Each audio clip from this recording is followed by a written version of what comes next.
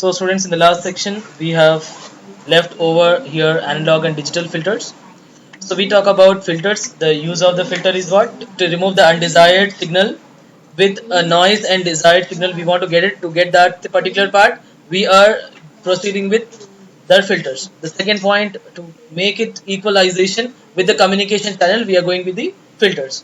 Third point, we have discussed the signal reductions in radar, sonar and communication. We are proceeding with filters. Third point, we have learned to understand the performance with the help of spectrum analysis of the signal.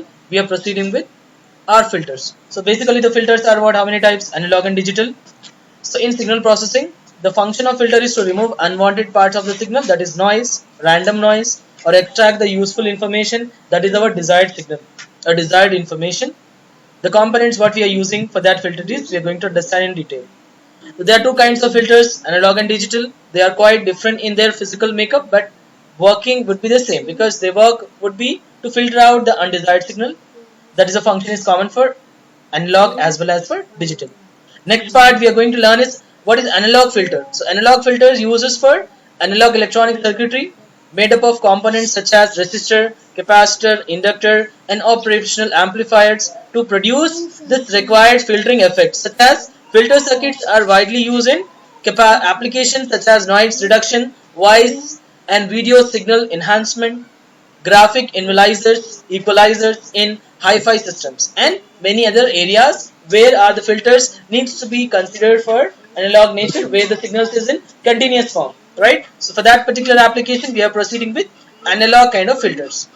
Clear? This is about analog filters. Now what is the use of the analog filters? So basically in analog filter the signal being filtered in an electrical voltage form or electrical current form, which needs to be passed to the physical quantities such as sound or video signal or transducer outputs. So we are using transducers. We have learned about different transducers. Basically the use of transducer is to produce the electrical impulses into their particular waveform. So if we are doing that one, we are using the transducers. So in analog filters, the signal being filtered is an electrical voltage or current. So that needs to be passed to the direct analogies of physical quantities, which actually needs to be sound. It can be a sound or it can be video signal or it can be audio signal or it can be a transducers. So based upon that, we are passing the information to that particular signal. Now coming back to the digital signal, students. So what is a digital filters? Digital filters uses a digital processor to perform numerical calculations such as sample value of the signal.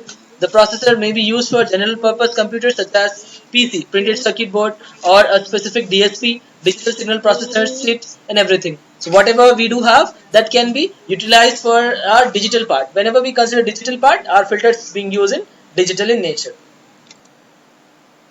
The analog input signal must first sampled and digitized using a to D converters, right? As we talk about the A to D converters, what is the use of A to D converters? It will try to take an analog input and result into the digital output. So digital in the sense we need to consider A to D converters to get the A to D part. So that's the reason we are taking analog input, but we are just sampling. We are just taking the sampling theorem and quantization.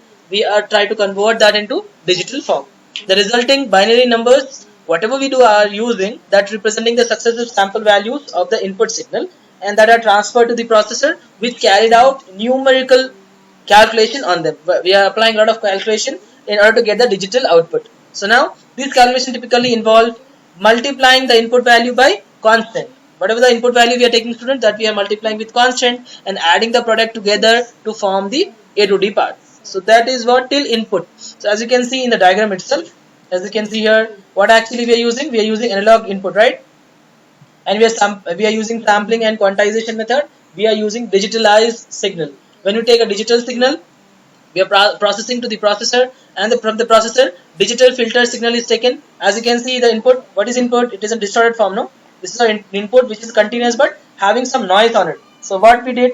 We take the samples digital signals, means we want to convert that signal into digital form. So how do we done that? We need to use sample and hold circuit. That means each particular amplitude that being put into different time period, that is t is equals to 0, t is equals to 1, for different values of time period, the signal has been considered, and then it is used to process with the processor. From the processor, what happened to that? Again, the output will be digital only, right? This discrete only. The digitally filtered signal we need to use, but we cannot understand digital information, right? Whatever we have sent, the same information we need to extract. Like for example, we have sent the information to get a processor. I just typed the information hello from input side. What I did for hello, I have just put that into particular speaker. That means whatever I am putting my voice signal, that is in continuous form, right? That continuous form I am passing to the electrical part. So what is the electrical part? I try to convert into particular information for it. That can be done. So that particular information we convert it, and then we process to the digital signal. So we are reach out to the digital form. Then again, whatever I have said hello, that needs to be listened to that particular speaker, that the receiver. So the same information need to be received. As you can see here, this is my distorted signal. Again, by using the processor, that needs to be converted into digital form, and again it will convert into analog form by using the D to A converter as well. So this is how the complete block diagram of A to D converter and D to A converter with the help of processor. So what else is used in the basic block of digital filter? First is sampler, then quantizer and encoder, then digital filters. So here basic blocks we have seen, in that what is the input we are giving? We are giving as analog input. So what is the use of sampler? Sampler is converting into discrete. So this is called it as discrete output. So we are taking the analog input, we are trying to convert with the help of sampler into discrete number of samples. After that, we are using the quantizer and encoder. What is the use of quantization? What is the meaning of quantization? Quantization means we are rounding off that particular signal into a discrete levels, into a discrete format. So that can be done by using the quantizer and the encoder. Encoder is in the sense we are encoding the information whatever I have just given. For example, I have just now given an example of I have speaking over a phone. I am saying as hello. So what I actually am giving? I am giving my audio signal. That audio signal first, it is distorted form. Might be there is an error. They might be having some error. There might be a distortion. There might be a proper information does not reach out to the destination. Why? Because there may be a different errors in between that, because mediums are changing. So when it happens, that what it needs to do, it needs to provide a digital format. So what is the use of digital format? Digital format is the one who can provide that particular signal into digital way. So that's the reason we are first converting into sampler, then into quantizer, then into digital filter. So what is the digital filter output? Ones and zeros. In this statement wise, it is written over here, students. So what is written in this? It mentioned that the samplers are used for converting continuous time signal into discrete time signal by taking the samples of continuous signal inputs at a different time instances, like t is equal to 0 second, t is equal to 1 second, t is equal to 2 second. For different time periods, it is going to convert. Second, the quantizers are used for converting a discrete time signal amplitude signal into digital signal by expressing each sample valued as a finite number of digits. Third point, in encoding operation, the quantization samples value is converted into binary equivalent of the quantization levels.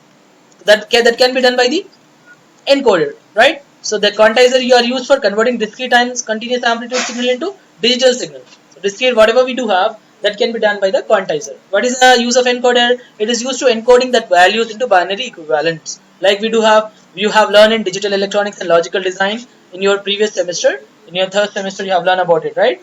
For triple E, it is there in third semester. You have learned about different number system, like gray number system we had octal number system, we had hexadecimal. All the number systems are there. Those are actually called binary equivalent functions, binary systems that can be converted into that particular form. Likewise, the digital filters are the discrete time signal used for filtering of sequence. Whatever the not required signals. If you had different information is also coming with the output, that means which have not sent. That is called noise, right? The undesired information. That needs to be filtered out. That needs to be taken out. So that can be done by digital filter.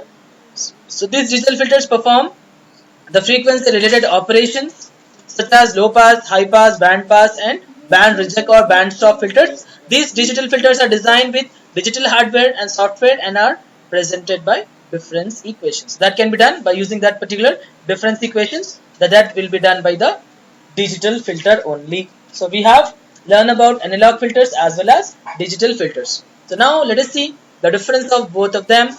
What is the difference between analog filters as well as the digital filters where these are suitable while designing the signal processing. As the name itself, analog in the sense, it's a continuous form. It is used in analog signal processing. When we talk about digital filters, this is used in digital format. That is used in digital signal processing. So that's the reason the first sentence over here is mentioned. Analog filters are used for filtering analog signal, whereas digital filters are used for filtering out the digital sequence. Analog filters are designed with various components like RLC. Those are passive elements. That's the reason it's written resistor, inductor and capacitor. Whereas digital filters are designed by using arithmetic and logical units, ALUs, shift registers, flip-flops. You have learned about flip-flop also, right? So you have learned that particular thing in the students. You have learned about it. Flip-flops in the sequential circuit of digital electronics and logic design subject.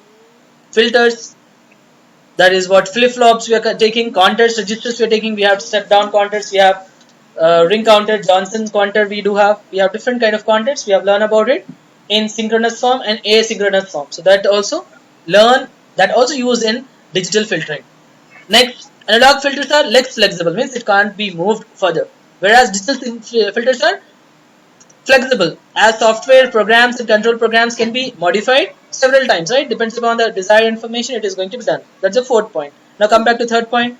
The analog filters are less accurate because the components, tolerates of the active components are more sensitive to environmental changes. So whenever we see any kind of accuracy, when it is not changing, when it is keep on changing, that is also done with the help of analog filters. So analog filters, what we are saying, those are less accurate. Accuracy of that particular filters are not that much desired. If you had that more accuracy, if you want to see the tolerance of that you can proceed with the help of digital filter only. And then the last point of this particular filters are what? They are filter represented in terms of systematic connections. So that can be done by analog filters, where digital filters are represented by differential equations. And then analog filters can only be changed by redesigning the filter circuit. So whenever we redesign, when by using the RLC components, when we want to find out that RLC components, we can done with the help of this particular analog filter that can be changed by redesigning the filter circuit, students. So the thing is, whatever the position of RLC components we do have, that can be done by using that particular format. What about the digital filters, students? Digital filters are programmable, that is, its operations can be determined by programs stored in the processor memory, because whatever the processor will see, it depends upon RAM, ROM, volatile, non-volatile type of memory, virtual memory, everything you have to consider while we are designing the digital filter, because those are programmable. You have already learned about that programmable part, that is PLA, PAL, programmable logical arrays, array logic, PROM, programmable read-only memory, everything. So that particular part we are considering, and that we can done with the help of digital filters. Those are programmable, that is, its operation is determined by programs stored in the processor memory. That means the digital filters can easily be changed without affecting the circuitry of that particular hardware. Clear? So that's how your digital filters has been designed with respect to analog filters. Let us proceed with the types of filters, students. So ideally, how do we design the filters? That concept we are proceeding now. We are already aware of it, the low pass, high pass, band pass and band stop filters. So what is the meaning of low pass filters? The lower components it allows and the higher component it will resist. So beyond this critical frequency, if I see the low pass filter, the highest amplitude of that particular filter is 1. So when I want to find h of omega, when it is 1, that h of omega of mod means this is I am taking as the magnitude value. I am assuming that magnitude as ideally 1. And it is allowing only the lower component, it will resist, it will stop the higher component. Such type of filter is considered to be the low pass filter. So ideally it is like this, but practically when you want to see that particular filter, when I want to design that low pass filter with the practical form, that would be not in that format. It will change, it will look into different way. So how does it look like that particular part? We have to see. So how do we design that filters actually? To design that particular filter, we have to always see any filter which allow the lower component to be passed and it will stop the higher components. So that type of filters is considered to be the low pass filter. Now coming back to the high pass filter, students. So basically, what's the meaning of high pass filter? So high pass filter, the name itself, it says that any filter which has one stop band and two pass band. As you can see, it is not allowing this lower frequency. After this critical frequency, actually the graph has been splitted. This line is here till omega c, minus omega c till plus omega c. It allows the higher components. Beyond the omega c, it resists the lower component before the omega c. If you had such type of filters, then we can say that it is a high pass filter. So what is the, in short, what is the summary of that high pass filter? Any filter which allow the higher components beyond omega c, means after the omega c, if it is allowing the components to be passed and if it is resisting the lower components, then it's considered to be the high pass filter. So that high pass filter, as you can see, it has two pass band, it has one stop band. So when we see that kind of filtering, then we can be done with the help of the high pass filter only. Now come back to the band pass, students. So as the name itself, band, it should allow a specific band. As you can see here, there are two bands, right? So omega 2 to omega c to omega 2 here, and again omega 2 to omega 1. This is actually omega c. So this is omega 2 to omega 1. Only this much of band only it is allowing that particular frequency. Like for example, 1 kilohertz to 2 kilohertz, minus 1 kilohertz to minus 2 kilohertz. That number of frequency only it is allowing. The remaining, if you don't have, then it won't allow. So that kind of filter is considered to be the band pass filter. So that is what it has. How many kind of bands, students? So you can see here, pass band, pass band. There are two pass band, 1, 2, 3, 4. There are many stop bands. So only certain number of pass bands has been used and the remaining stop bands has been used. That kind of filtering is considered to be the band pass filters that also use in digital filter design. Completed? इसमें